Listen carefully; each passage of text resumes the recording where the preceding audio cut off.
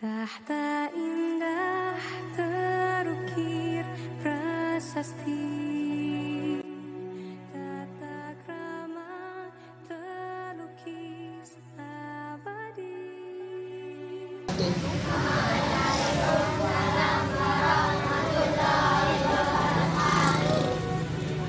Bagaimana kabarnya hari ini anak-anak? Baik, sehat? Hari ini hari apa? Tanggal berapa? Ya, kita berkumpul di halaman SMP Benar untuk melaksanakan membaca Asmaul Husna bersama Syaitanirrajim. Bismillahirrahmanirrahim. Alhamdulillahi rabbil alamin. Ar-Rahmanir-Rahim. Maliki yaumiddin. Iyyaka na'budu wa iyyaka nasta'in. Bundar, tapi saya kalau tidak bundar, bukan topi saya.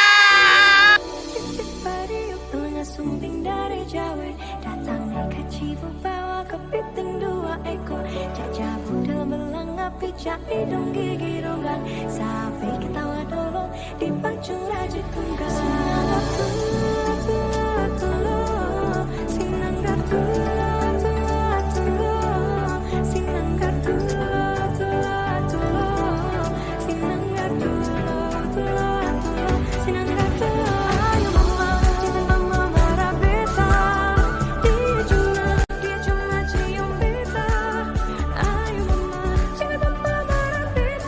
Assalamualaikum warahmatullahi wabarakatuh. Perkenalkan, saya Purwi Mardani sebagai pembawa acara dalam acara diseminasi aksi nyata budaya positif di SD Negeri 1 Kebadongan. Sebagai pemapar adalah Saudara Mira Tri Utami. Kepadanya dipersilahkan.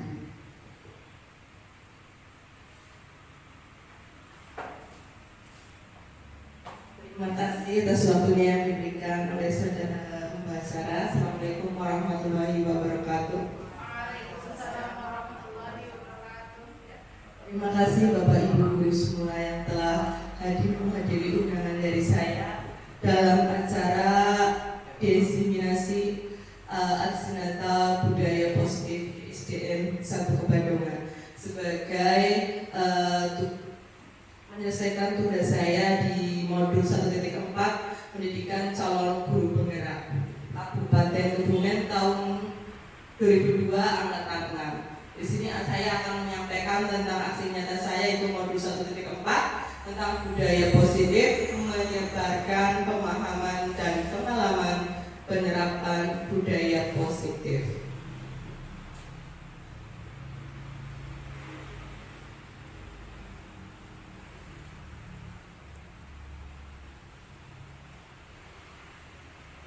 Untuk budaya positif, mungkin Bapak Ibu semua sudah sering mendengar budaya positif. Budaya itu apa? Mungkin ada yang tahu Bapak Ibu? Kira-kira sesuatu yang sudah melekat menjadi suatu kebiasaan. Ya, sebuah budaya sebagai sebuah kebiasaan, bagi kebiasaan positif yang kita sebagai guru bisa mengajarkan kepada murid kita. Nah, budaya di sini ada perubahan paradigma belajar yang pertama. Perubahan paradigma belajar. Apa sih perubahan paradigma belajar? Zaman dahulu paradigmanya belajar hanya siswa mendengarkan. Sekarang siswa dituntut aktif dalam pembelajaran. Seperti perubahan kurikulum baru yaitu apa Bapak Ibu? Ya, Merdeka Belajar yang untuk aktif gurunya hanya sebagai pamong atau pendamping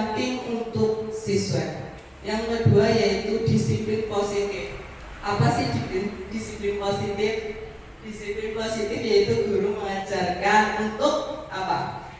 Siswanya disiplin, tepat waktu, terus siswanya aturan, tuh sesuai dengan visi misi sekolah kita yaitu apa? Menciptakan siswa yang berkarakter, ya betul. Terus yang selanjutnya yaitu kebutuhan dasar manusia. Manusia mempunyai kebutuhan dasarnya Bapak Ibu. Yang pertama yaitu kebutuhan dasar manusia yaitu bertahan hidup. Ya. Terus yang kedua penguasaan. Yang ketiga manusia ingin punya kasih sayang dan rasa diterima. Yang keempat yaitu kesenangan. Yang kelima yaitu kebebasan. Nah, kita bahas satu-satu. Yang pertama yaitu bertahan hidup. Kenapa? Kenapa? Itu cinta di keluarga. Oh iya, cinta itu termasuk dalam kasih sayang dan rasa diterima. Oke, Pak. Oke, bertahan hidup. Siswa. Ya, termasuk bertahan hidup makan supaya dapat bertahan hidup. Ya betul, terima kasih Ibu. Ya, yang kedua yaitu penguasaan. Siswa harus mampu menguasai lingkungan sekitar, oke? Lingkungan sekitarnya pintar-pintar, siswa juga akan terbawa pintar, oke? Terus yang ketiga yaitu kasih sayang dan rasa diterima. Yang namanya siswa pasti butuh kasih sayang. Gurunya juga butuh kasih sayang ya. Siswanya juga butuh kasih sayang ya. Seperti siswanya kalau ada melakukan kesalahan bukannya dimarahi tapi harusnya diberi motivasi, diperhatikan. Terus yang keempat yaitu kesenangan. Yang namanya siswa pasti punya kesenangan. Anak kan masanya bermain, ya. Terus yang kelima yaitu kebebasan. Setiap anak pasti ingin kebebasan. Contohnya tidak mau diatur oleh gurunya sesuai dengan keinginannya. Itu adalah masa kanak-kanak. Dan kita sebagai guru wajib mengontrol kesenangan anak. Terus yang selanjutnya yaitu motivasi perilaku manusia. Setiap manusia melakukan sesuatu pasti ada motivasinya. Contohnya, siswa ingin juara 1. Kenapa ingin juara 1? Ingin dipuji, motivasinya dipuji, motivasinya diberikan hadiah. Nah, setiap manusia pasti ada motivasinya, ya. Gurunya juga melakukan sesuatu pasti ada motivasinya. Kenapa ingin mendidik anak supaya pintar? Tapi motivasinya mendidik anak supaya menjadi pintar, jadi bisa, seperti itu. Terus selanjutnya posisi kontrol restitusi, ya. Terus selanjutnya keyakinan kelas. Keyakinan kelas itu biasanya seperti kesepakatan kelas ya. Kalau kesepakatan kelas sudah kelas 1 mungkin di belakang bisa dilihat ya. Ada kesepakatan kelas. Ya. Terus yang ke-7 yaitu segitiga restitusi.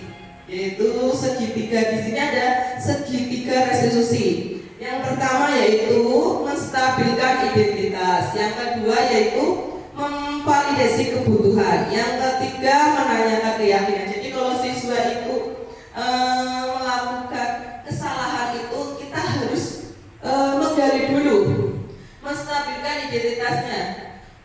Kenapa siswa seperti itu? Jangan langsung dijustis. Kamu sudah melakukan seperti itu. Kenapa? Harus ditanyakan dulu masalahnya apa, penyebabnya apa. Terus divalidasi kebutuhannya. Validasi kebutuhannya bagaimana? Kenapa siswa itu melakukan itu?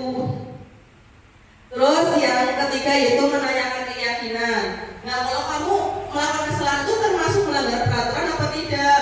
Nah, itu termasuk dalam menanyakan keyakinan. Contohnya siswa berangkatnya siang, itu termasuk melanggar keyakinan kelas atau tidak? Seharusnya yang namanya siswa ada jam berangkat dan jam pulangnya, waktunya yang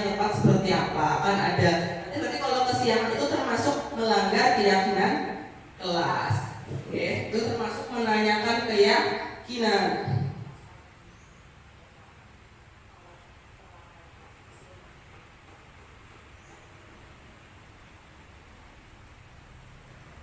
Nah, di sini ada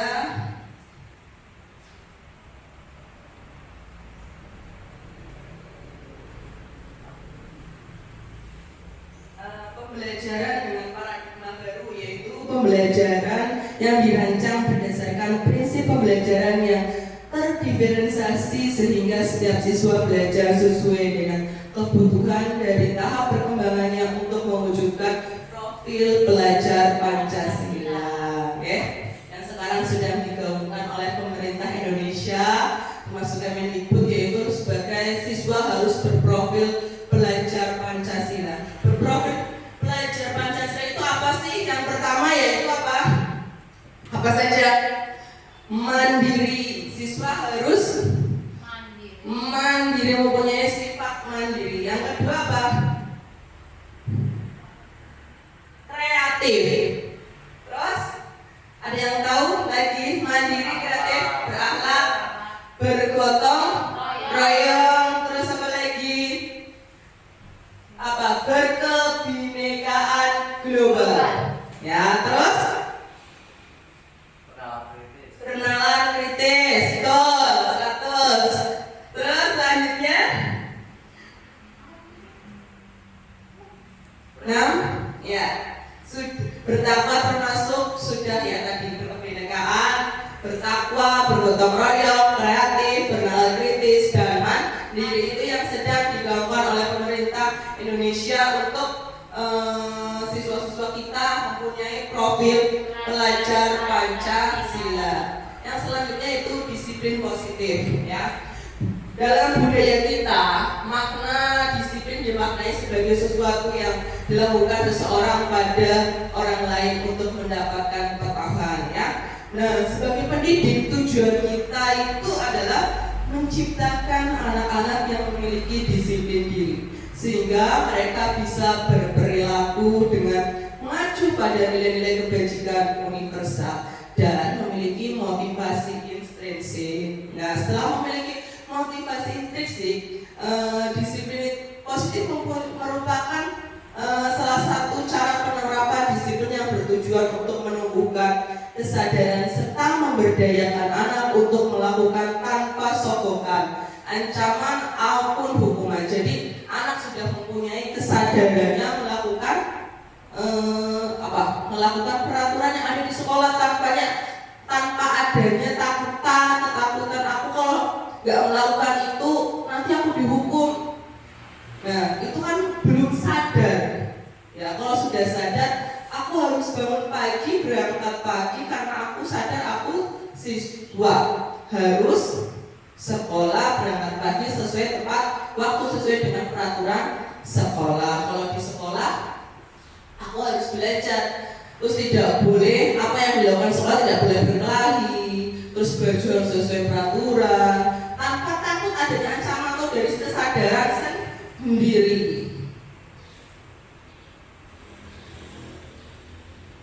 Selanjutnya yaitu tentang kebutuhan dasar manusia. Tadi kebutuhan dasar manusia yaitu yang pertama bertahan hidup. Bertahan hidup dari lingkungan atau seleksi alam, ya.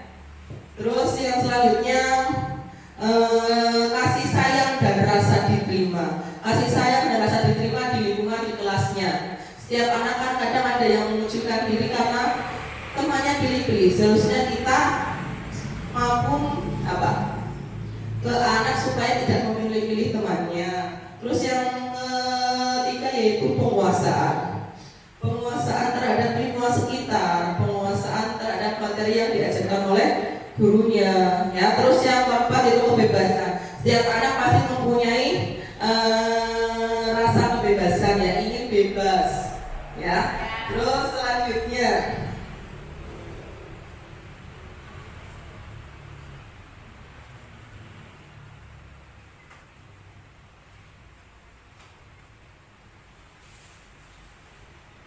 Motivasi perilaku manusia. Motivasi merupakan dorongan yang timbul pada diri seseorang secara sadar, ya, atau tidak sadar melakukan suatu tindakan dengan tujuan tertentu. Yang pertama yaitu menghindari ketidaknyamanan dan hukuman. Murid itu melakukan disiplin diri karena ia takut dihukum. Ini merupakan motivasi ekstrinsik. Ya, yang kedua yaitu mendapatkan imbalan atau penghargaan dari orang lain. Ada kita sebagai guru, yang bisa maju kita kasih hadiah. Permen katanya kita. Ya Kak, hadiah apa? Ya. Nah, itu termasuk motivasi dari perilaku manusia yang sadar dan tidak sadar ya. Murid biasanya lebih disiplin karena ia ingin mendapatkan imbalan. Contoh siapa yang berangkat kasih imbalannya dikasih permen. Berarti kan itu belum sadar karena hanya ingin motivasi dalam dirinya ya. Termasuk motivasi ekstrinsik ya. Terus yang ketiga yaitu menghargai nilai-nilai kebajikan diri sendiri. Murid melakukan disiplin karena sadar dan nilai kebajikan dirinya ini merupakan motivasi intrinsik. Jadi murid sudah sadar, oh iya saya siswa, saya sekolah, saya bangun pagi, tepat waktu, saya harus pakai seragam ke sekolah, tidak pakai pakaian bebas. Ya, itu termasuk motivasi intrinsik. Sudah sadar, oh iya saya ke sekolah, saya belajar, saya menuntut ilmu. Ya. Terus selanjutnya yaitu tentang konsep disiplin dengan identitas gagal. Ya, contohnya di sini ada hukuman dan penghargaan. Kalau hukuman itu terkadang menyakitkan ya. Contohnya siswa dihukum. Banyak sekarang, kalau zaman saya sekolah itu kalau telat dihukum keliling. Ya, menulis. Terus ada yang dihukum berdiri di depan kelas. Nah, itu termasuk sebenarnya sudah tidak boleh ya. Walaupun itu zaman dulu katanya mendidik ya. Di sini ada hukuman dan penghargaan. Yang hukuman itu rasanya tidak kurang atau kurang efektif ya, atau diintasnya gagal itu menyakitkan bagi anak. Dia akan teringat terus sampai dia dewasa. Ya. Terus yang selanjutnya kalau hukuman itu tidak nyaman. Terus murid merasa jadi takut dalam pelajaran. Tadi kalau saya ke sekolah nanti saya dihukum kalau saya tidak mengerjakan PR. Padahal dia punya alasan kenapa dia tidak mengerjakan PR. Mungkin karena ada acara atau ketiduran atau sedang sakit. Nah, dia merasa takut dulu sehingga dia tidak mau berangkat sekolah. Terus kalau hukuman itu sifatnya memaksa, harus. Biasanya kalau keliling lapangan, kamu harus keliling lapangan itu mengharuskan keliling lapangan, atau kamu harus berdiri di depan kelas, ya. Terus yang selanjutnya murid menyembunyikan kesalahan. Biasanya dia tidak mengerjakan PR. Mana yang belum dikerjakan? Ketinggalan bu. Padahal dia tidak ketinggalan, tapi dia merasa takut sama gurunya. Nanti kalau tidak mengerjakan nanti dihukum. Jadi lebih baik berbohong, ya. Itu seperti itu tuh namanya.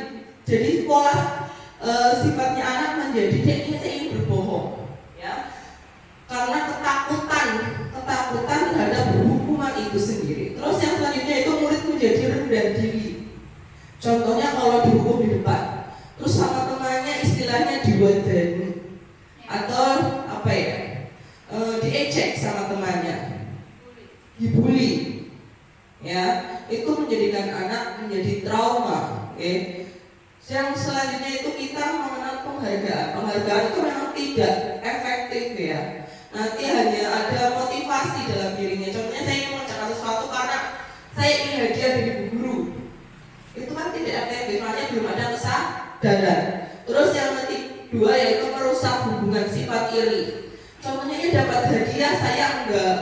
Padahal saya sama-sama mengerjakan. Menimbulkan sifat iri terhadap sesama teman. Terus yang ketiga mematikan kreativitas ya.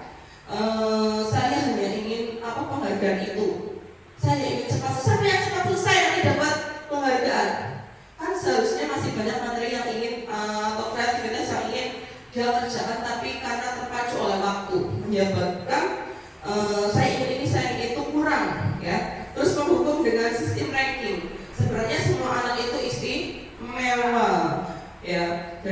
anak itu terlalu istimewa, tidak ada yang nyusewune bodoh atau yang terlalu pintar. Semua anak itu istimewa pada bidangnya masing-masing ya. Terus yang selanjutnya itu merampas hak menghargai dirinya ya. Terus yang selanjutnya ini ada konsep disiplin pendekatan restitusi, sebuah cara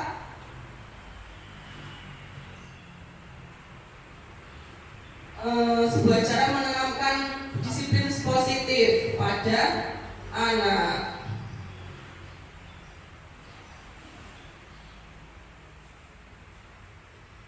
Yaitu ada konsep disiplin, yaitu restitusi itu yang saya pelajari sekarang di guru penggerak yang di modul 1.4, yaitu tentang restitusi. Restitusi adalah proses menciptakan kondisi bagi murid untuk memperbaiki kesalahan mereka sehingga mereka bisa kembali pada kelompok mereka dengan karakter yang lebih kuat. Mungkin kita sebagai guru sudah sering melaksanakannya, tapi sekarang bahasa kerennya namanya restitusi ya.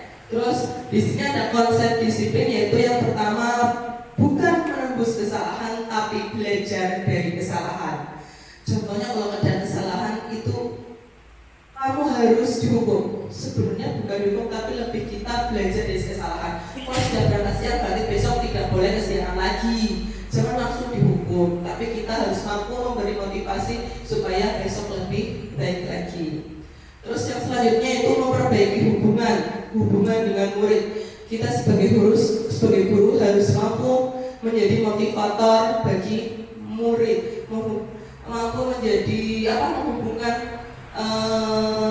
guru itu bukan jadi sebuah kelompok ketakutan saya takut sama guru, tapi guru harus mampu menjadi teman, harus menjadi pamong bagi siswa. Yang selanjutnya itu tawaran bukan paksaan ya. Yang selanjutnya menuntun untuk melihat dalam diri siswa itu unik.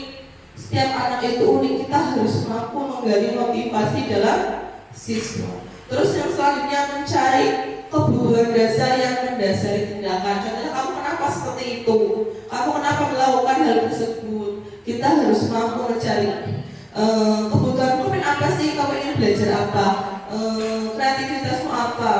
Ya. Terus yang selanjutnya fokus pada karakter bukan tindakan. Yang selanjutnya menguatkan dan fokus pada solusi. Kalau kamu kesiangan berarti solusinya harus bangun pagi. Ya. Kalau kamu tidak mengerjakan PR berarti kamu kurang rajin belajar. Malamnya harus belajar terlebih dahulu, atau kalau pulang PR-nya langsung dikerjakan. Paling tidak kita sebagai guru harus mampu mengingatkan dan memotivasi siswa. Selanjutnya perbedaan. Di sini contoh kasus siswa sering tidak mengerjakan PR. Contohnya, hukumannya guru menghukum siswa tersebut menghormati bendera selama 10 menit.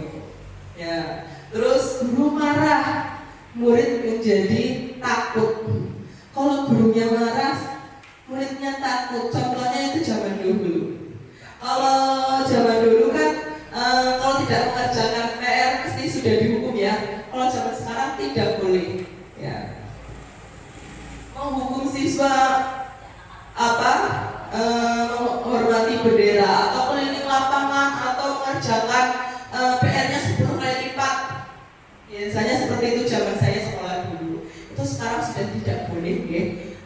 Kalau di dalam restitusi itu sudah tidak boleh karena sebenarnya guru itu menurut Ki Hajar Dewantara itu harusnya sebagai pamong, mendampingi ya, ngomong seperti itu ya, betul Pak ya, ngomong. Sudah bukan masanya lagi guru itu menghakimi, menghukum, menjadi momok yang menakutkan, tapi guru harus mampu menjadi partner belajar siswa, harus mampu mengetahui kebutuhan belajar setiap siswanya. Oke?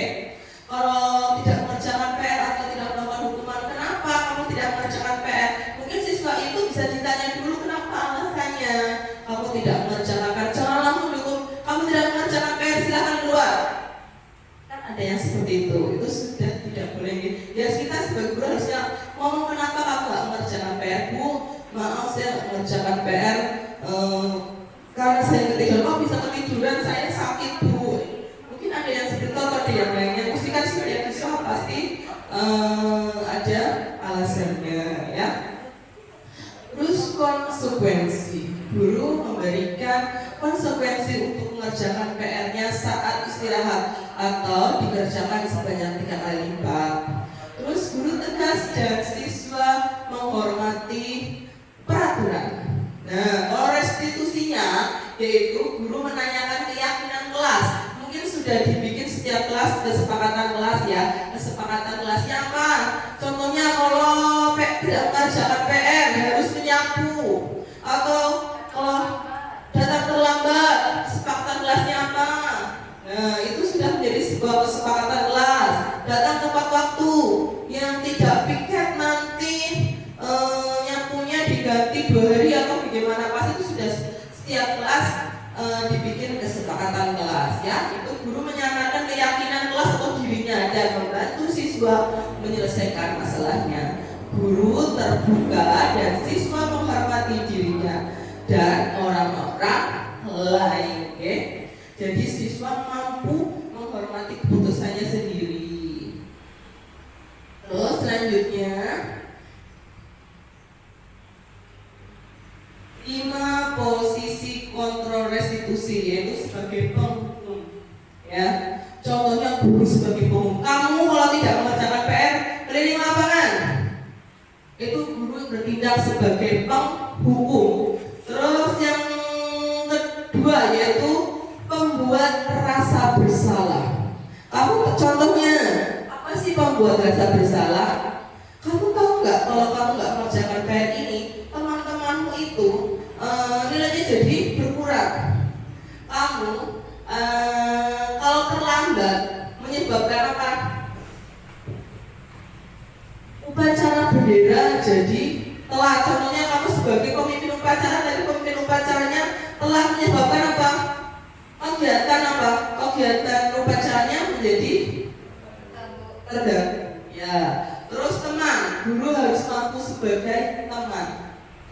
Apa sih sebagai teman? Kita harus mampu memposisikan guru bukan sekarang guru bukan Superman. Kalau dulu kan guru itu guru yang super hebat, yang apa-apa mampu menyuruh, apa-apa guru itu mampu berkuasa. Sekarang guru mampu sebagai teman bagi muridnya, membimbing, ngomong, cara bahasa kebumen ini ngomong, okay? Terus yang selanjutnya pemantau. Guru selalu memantau aktivitas siswa karena siswa pada dasarnya itu adalah masa anak-anak, yaitu masa bermain, jadi kebebasan dan lain sebagainya. Itu kita harus mampu mengontrol murid kita. Terus selanjutnya yaitu posisi manajer. Guru harus mampu manajer biasanya menanyakan, terus kalau manajer menanyakan terus apa lagi yang tahu? Memfasilitasi, ya betul. Saat kegiatan siswa kita harus mampu memfasilitasi, atau saat siswa melakukan kesalahan kita harus mampu menanyakan kenapa sih kamu melakukan kesalahan. Paling tidak kita harus punya kalau kamu sebenarnya teman kamu sepatunya basah atau bajunya basah, kita harus punya konsekuensi. Kalau kamu basah berarti kamu harus apa? Membantu teman kamu mencuci bajunya atau mengganti bajunya atau membantu membersihkan kelas yang tadi kamu basah. Paling tidak kita harus punya solusi atau saran atau motivasi buat murid kita.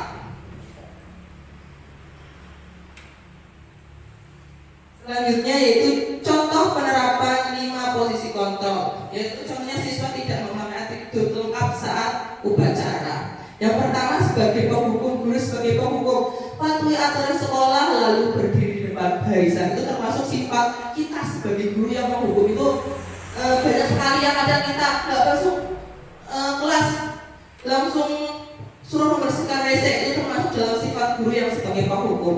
Yang kedua yaitu membuat rasa bersalah, yaitu beberapa kali guru harus memberitahu kamu, guru kecewa sama kamu. Itu termasuk membuat rasa bersalah. Jadi membuat oh iya ini guruku jadi kecewa sama aku jadi siswanya rasa bersalah. Itu termasuk contoh guru sebagai pembuat rasa merasa bersalah. Yang ketiga yaitu guru sebagai teman. Ayolah tertib, buat guru bangga.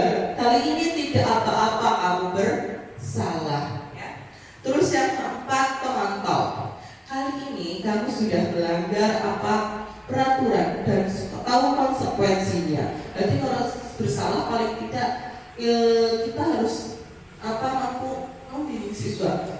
Oh iya, ini kamu salahnya seperti ini, kamu tidak berangkat sekolah, kamu telat, konsekuensinya tahu kan apa kalau kamu berangkatnya telat. Terus 5, manajer, kamu tahu kesalahanmu? Menanyakan.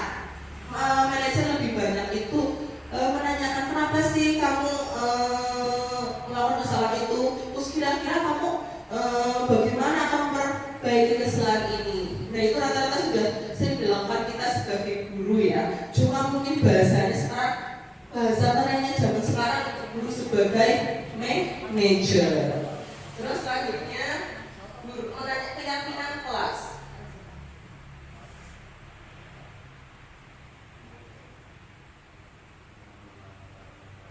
Keyakinan kelas, mengapa keyakinan kelas? Mengapa tidak peraturan kelas saja? Nah, kalau keyakinan, mengapa kita memiliki peraturan tentang penggunaan helm pada saat mengendarai kendaraan roda dan motor? Nah, mengapa tidak memiliki peraturan tentang penggunaan masker atau mencuci tangan setiap saat? Nah, karena keyakinan kelas itu dari diri kita, dari dalam yakin. Aku yakin sebuah kebutuhan tadi yang dikatakan Madian yaitu sebuah kebutuhan. Kita yakin bahwa peraturan kan bisa dilakukan hanya untuk dipatuhi, tidak dari dalam diri kita sendiri. Nah, di sini saya sudah melakukan kegiatan pembuatan keyakinan kelas di kelas 1, okay? Di sini saya pertama berdiskusi dengan siswa, membuat peraturan kelas bersama siswa kelas 1. Yang pertama saya berdiskusi tentang peraturan kelas itu apa sih. Dengan kelas 1 itu kesepakatan yang dibuat bersama dengan semua kelas ya, dengan siswa-siswa di kelas saya. Nah setelah itu kan banyak sekali usulan dari siswa. Lalu kita merumuskan contohnya, Bu itu ngomongnya saru, Bu ini suka sama temannya mengejek. Berarti di dalam kelas kita harus membuat keyakinan kelas kalau kita harus punya sopan santun di kelas, harus dirumuskan secara garis besarnya saja. Kan tidak mungkin keinginan dari setiap siswa, kan ada yang tidak mengejek, tidak ini, tidak itu. Nah kita merumuskan menjadi menggolongkan garis besarnya saja. Contohnya berbicara kasar sama bu guru atau berbicara kasar sama teman, kita mungkin menggolongkannya dengan mempunyai sikap sopan santun seperti itu. Terus selanjutnya itu menempelkan keyakinan kelas itu di kelas supaya dapat dilihat oleh semua siswa ya. Itu menjadi sebuah saya kalau keyakinan kelas sudah dibuat bersama menjadi peraturan kelas, saya jadi harus seperti itu nih, saya melanggar apa tidak, seperti itu yang sudah dirumuskan bersama. Jadi semua siswa sudah tahu keyakinan kelas. Di sini ada di kelas 1 ada keyakinan kelas.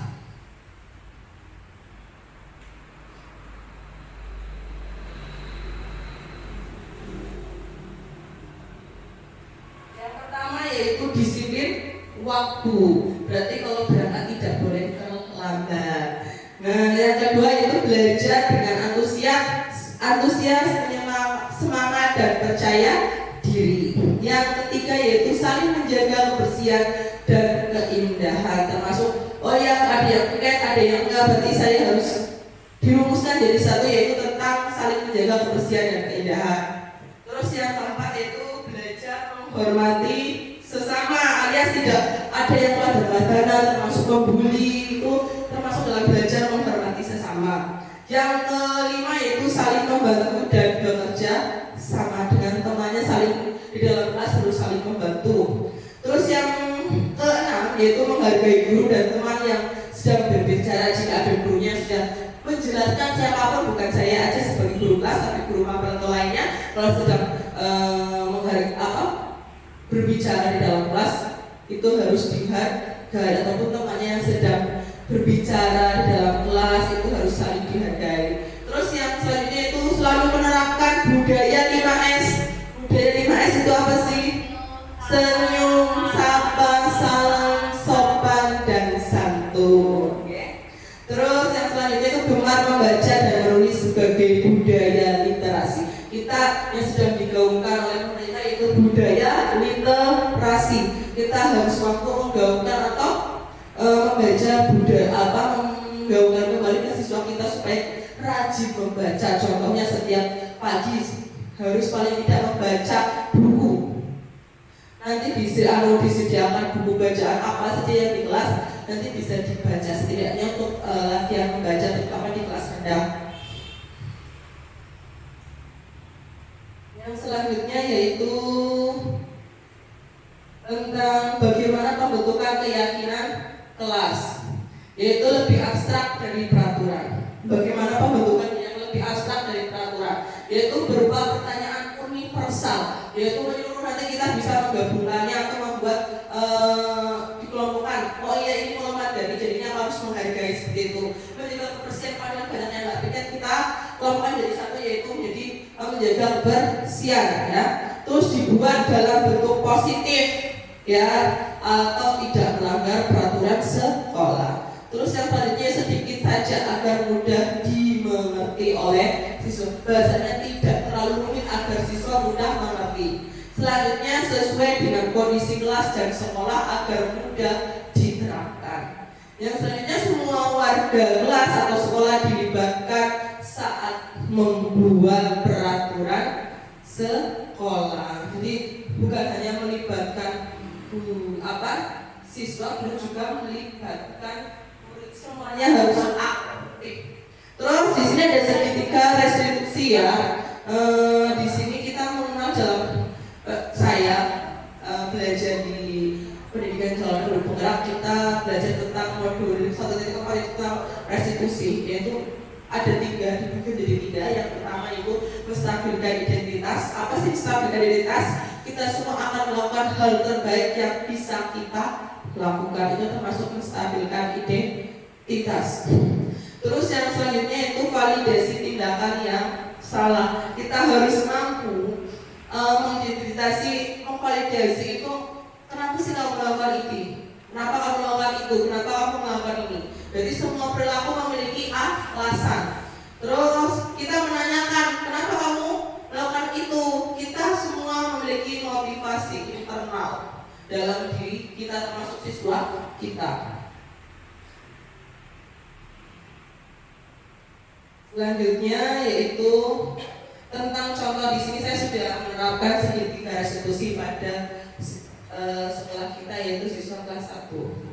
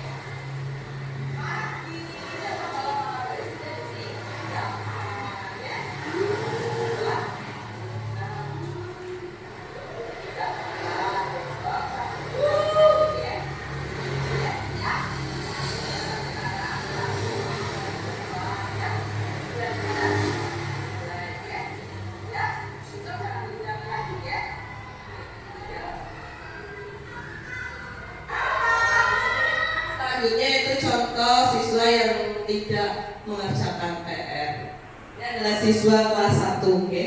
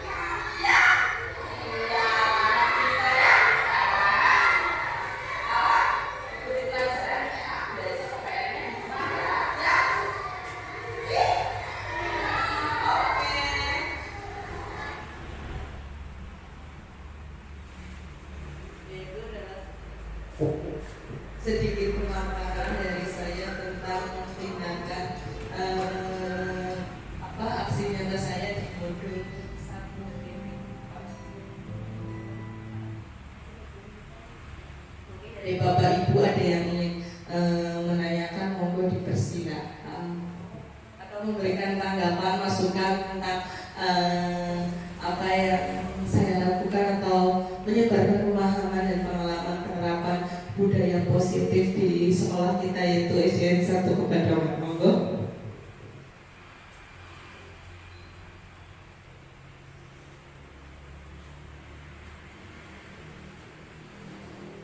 Monggo Pak Biar.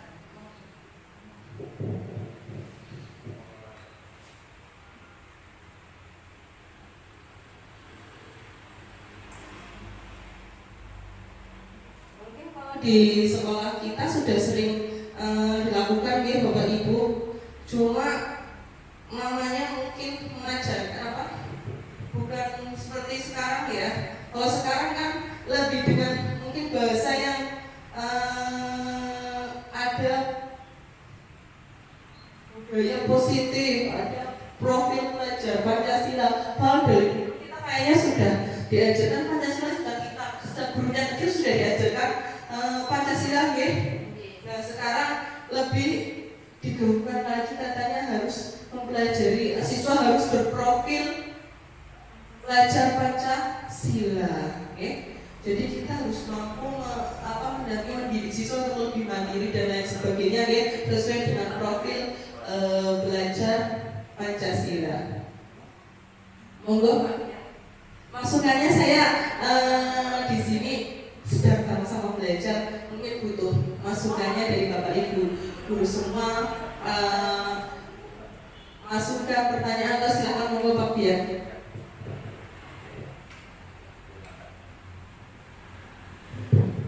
Terima kasih atas kesempatannya Bu yang cukup membawa gembira.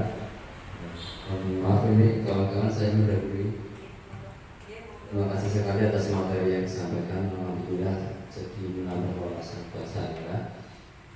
Ada sedikit ganjalan dalam pemikiran saya yang terkait penghargaan.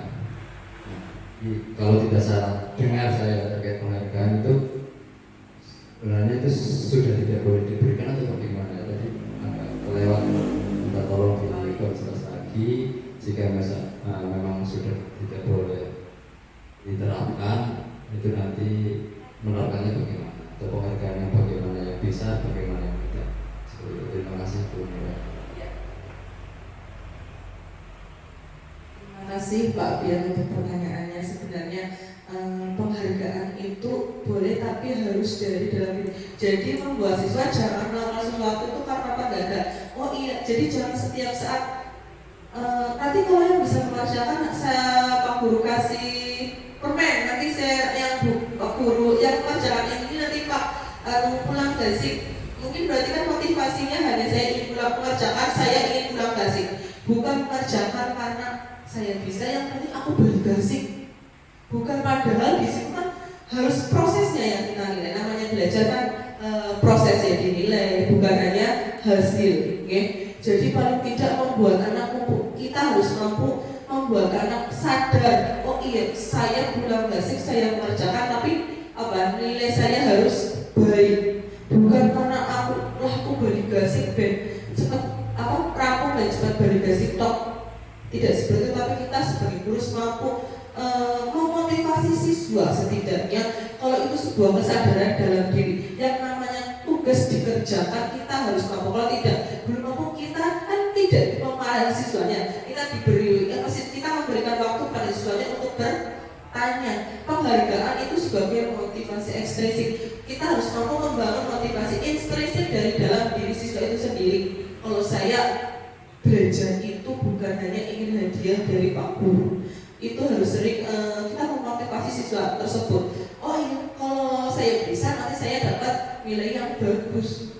Kalau saya dapat nilai yang bagus, saya apalagi mempunyai ilmu yang bagus juga, nanti saya menerima motivasinya lebih banyak mungkin dari dalam dirinya sendiri. Kamu pengen jadi apa sih dalam diri kamu sendiri? Apa sih cita-cita kamu? Kalau cita-cita kamu jadi presiden, paling enggak kan saya harus pintar. Kalau pintar saya harus rajin belajar. Berarti kalau saya belajar bukan hanya ingin saya mendapatkan permen dari Pak Subian, akhirnya saya ada motivasi intrinsik dalam diri saya. Saya ingin belajar karena saya pintar, saya ingin mengejar cita-cita saya. Kurang lebih seperti itu dari saya, mungkin dari Bapak Ibu.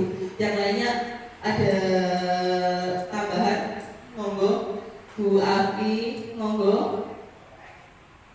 Bisa lipat di belakang. Oh iya, bisa lipat di belakang, monggo Bu. Yang dari lainnya monggo. Bu Hita, Bu Pariyama silakan bisa menambahkan, atau guru-guru yang lainnya silakan bisa menambahkan. Mungkin itu kita dari saya membangun motivasi intrinsik sesuai dengan profil pelajar Pancasila, yaitu mendidik anak supaya mandiri secara dirinya atau secara pemikirannya. Monggo yang lainnya boleh bertanya, silakan untuk membuat saya lebih baik lagi dalam memaparkan materi saya. Terima kasih Pak Dian atas pertanyaannya.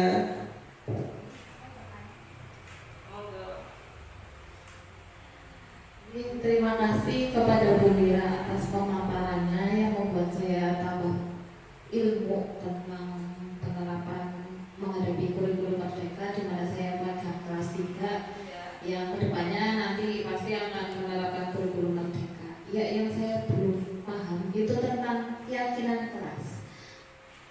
Keyakinan kelas kan salah satunya kesepakatan kelas. Jadwal piket, jadwal pelajaran itu kan termasuk kesepakatan kelas. Nah, yang saya mau tanyakan itu kan kayak tadi contoh kesepakatan kelas, misal penerapan 5S senyum, sapa, salam, terus menghormati teman dan lain sebagainya, tergantung dengan kesepakatan kelas itu. Nah, yang semua saya tanyakan itu apakah setiap kesepakatan kelas harus dibuat terus ditempel di kelas, apa gimana ya untuk anak-anak SD? Mungkin sedikit. Terima kasih atas pertanyaannya Bu Gita. Nah, tadi keyakinan kelas, apakah kalau kita membuat keyakinan harus ditempel atau tidak? Kalau bagi saya harus. Kenapa? Karena kita akan merumuskan keyakinan kelas itu bersama guru, bersama siswa, yang dibuat bersama. Kesepakatan kelas seperti itu. Nah, kenapa harus ditempel? Oh iya, setiap saya berangkat saya tahu, oh iya saya membuat kesepakatan kelas apa nih di kelas saya. Paling tidak untuk mengingatkan, namanya siswa itu kadang lupa, gurunya saja bisa lupa. Nah, kenapa harus dibaca? Saya selalu menempelkan sendiri. Yang namanya keyakinan kelas kan tadi bersifatnya universal. Ada yang ini bukunya selalu ini tidak tidak piket, ini berangkatnya siang, ini itu lainnya sebagainya. Nah, nanti kan kita sama sebagai gurunya kita merumuskan, contohnya tidak piket, dirumuskan menjaga kebersihan. Nah, menjaga ngomongnya selalu dirumuskan lagi dengan menghormati siswa, menghormati teman atau menghormati guru, itu dirumuskan. Nah, setelah itu kan dirumuskan bersama, ditempel, terus harus dipajang di kelas. Seperti halnya dengan regu piket, terus organisasi kelas kan kalau tidak dipajang, kan kadang anak sering lupa ya Bu Rita. Saya piketnya hari apa? Padahal sudah dirumuskan bersama, kadang siswa ada yang lupa. Nah, lebih baik memang harus dipajang di kelas, paling tidak sebagai kok iya saya ke sekolah untuk apa? Saya sekolah sudah buat kesepakatan kelas, sudah banyak kan mungkin kayak visi-visi di sekolah dirumuskan kan harus dipajang ya, terus peraturan sekolah apa saja kan sudah pasti dipajang di setiap sekolah seperti itu. Hanya untuk sebagai motivasi. Oh iya tadi saya sudah membuat kesepakatan. Aku orang berpikir, oh iya kan aku sudah kesepakatan kelas. Nah, kesepakatan kelas itu yang harus dilaksanakan bersama-sama seluruh anggota kelas. Mungkin kesepakatan kelas mungkin saya sudah dibuat di kelas 1, mungkin di kelas lain ada yang sudah buat atau belum yang mungkin bisa dibuat di kelas lain nih Bapak Ibu, sebagai motivasi anak untuk sebagai kesadaran diri dalam diri siswa itu yang sudah dibuat bersama-sama. Jadi tidak, maksudnya siswa itu melaksanakan peraturan sekolah sudah dari segi unsur intrinsik dalam dirinya ya, bukan lagi karena paksaan. Kan kesepakatan kelas berarti bersepakat bersama, bukan karena aku begini kamu harus itu, kamu harus itu, tapi kan sudah dibuat bersama-sama, dirumuskan oleh setiap anggota kelas. Terima kasih Bu Vita. Mungkin dari guru yang lain ada yang bertanya, dipersilakan atau saran dan kritik buat pemaparan saya supaya lebih baik lagi ke depannya. Terima kasih. Sudah cukup Bu Vita tadi ya? Apa ada ditanyakan lagi? Betul. Masih ada yang ingin bertanya lagi? Tidak? Tidak, mungkin masih ada, silakan. Motivasinya, kekurangan kritiknya dari yang guru lain sangat membangun bagi saya kedepannya untuk lebih baik lagi. Monggo Bu Afi.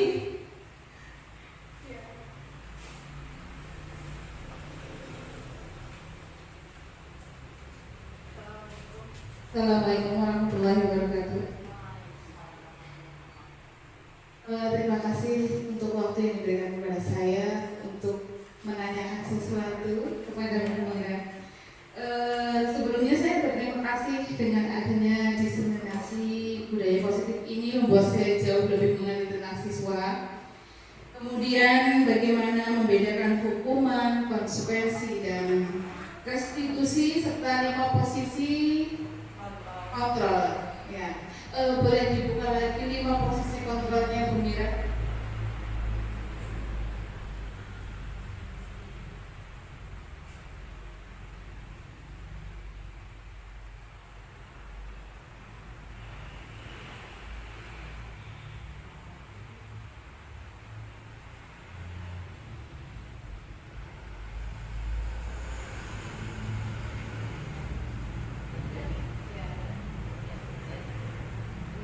Nah, ini 5 posisi kontrol restitusi. Salah satunya adalah tentang manajer. Nah, yang mau saya tanyakan adalah bagaimana cara membangun sikap manajer itu di guru tersebut kayak gitu. Kan maaf, tidak semua guru kadang-kadang bisa menjadi manajer. Nah, caranya kalau menurut Bu Mira itu bagaimana?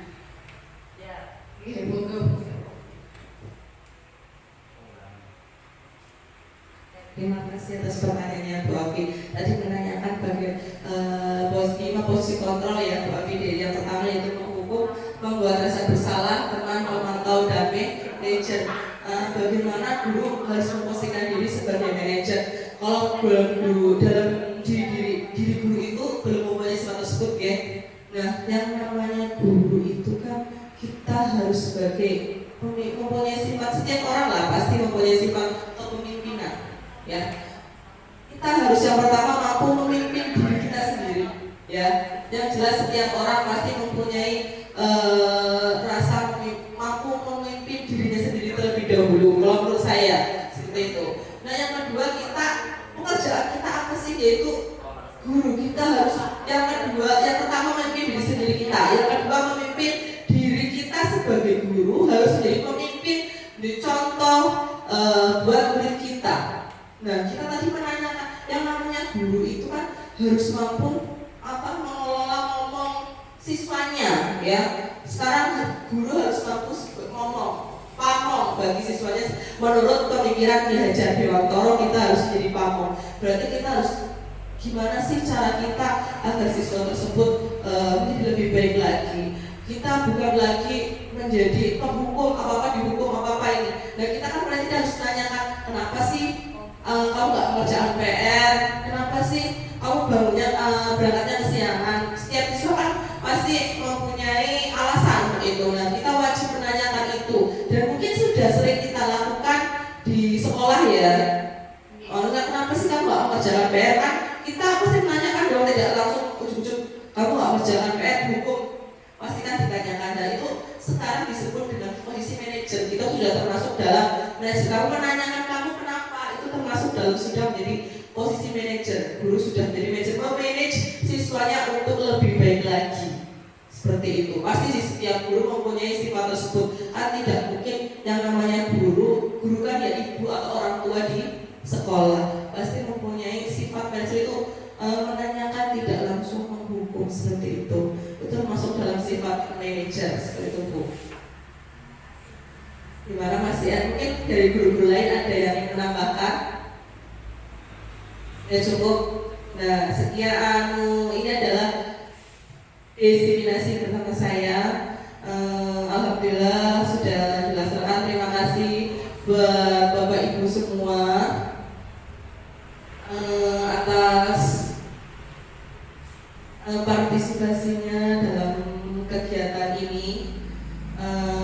Pertanyaan, motivasi, kritik, sarannya pada saya untuk lebih baik lagi. Sekian dari saya. Bila ada tutur kata yang kurang berkenan, saya mohon maaf. Billahi taufiq wal hidayah. Assalamualaikum warahmatullahi wabarakatuh.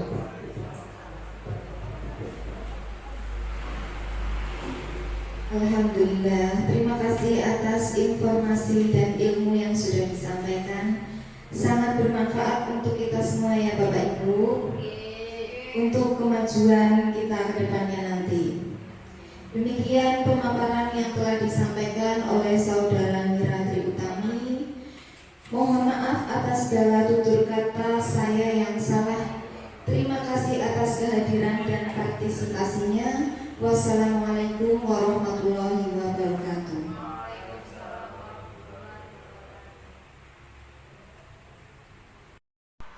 Assalamualaikum warahmatullahi wabarakatuh. Nama saya Saripah, Kepala Sekolah SD Negeri 1 Kebadongan, tempat di mana Ibu Mira mengajar selaku guru penggerak angkatan 6 ini. Saya bangga dengan Dewan Guru di SD Negeri 1 Kebadongan yang mempunyai etos kerja yang tinggi, termasuk Bu Mira. Bergerak, tergerak, dan menggerakkan. Kegiatan diseminasi pengimbasan yang telah dipaparkan oleh Bu Mira merupakan aksi nyata dalam program guru penggerak. Semoga dapat menjadi contoh dan menjadi inspirasi bagi teman-teman guru yang lain untuk lebih baik dan meningkatkan mutu pendidikan di SD Negeri 1 Kebadongan.